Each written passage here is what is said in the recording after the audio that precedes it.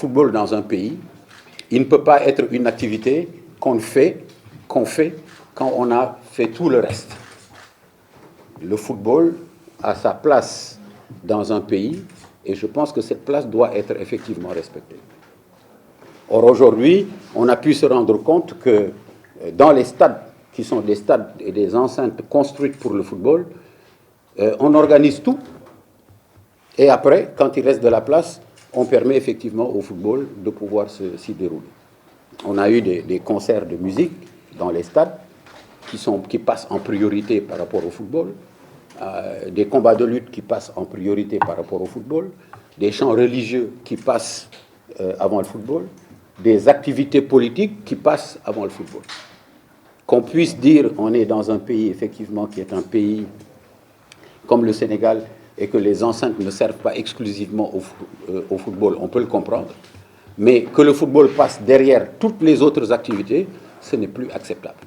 Et très honnêtement, il est absolument impossible de continuer à organiser et à développer le football dans ces conditions-là. Et ça, on souhaite le dire de la manière la plus claire et de la manière la plus solennelle. On ne peut pas effectivement continuer. Je pense que le chef de l'État, le président de Macky Sall, fait beaucoup d'efforts. On est en train d'évoquer la réfection des stades. On est en train d'évoquer un stade olympique de 50 000 places. On est en train d'évoquer la rénovation du stade Léopold Sédar Senghor.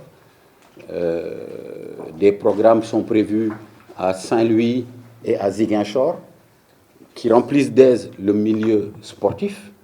Mais si on fait effectivement toutes ces enceintes et qu'on fait tous ces efforts pour après organiser des concerts de musique, des chants religieux, des réunions politiques et autres, avant le football, ça ne sert à rien. Ce n'est pas la peine effectivement de réaliser ce type d'investissement-là. Et donc, nous, on se réunit aujourd'hui pour dire qu'il y en a assez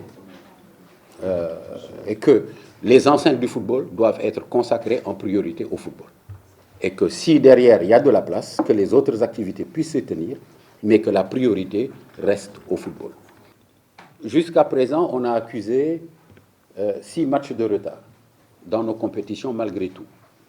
Et ce qui est extraordinaire, c'est que, quelquefois avec la complicité de certains journalistes d'ailleurs, on fait semblant de découvrir qu'il y a du football, que le week-end on doit jouer. Alors qu'aujourd'hui, le calendrier de la Ligue professionnelle est établi jusqu'à la dernière journée. Et que l'ensemble des autorités qui sont en charge de la gestion des stades disposent de ce calendrier.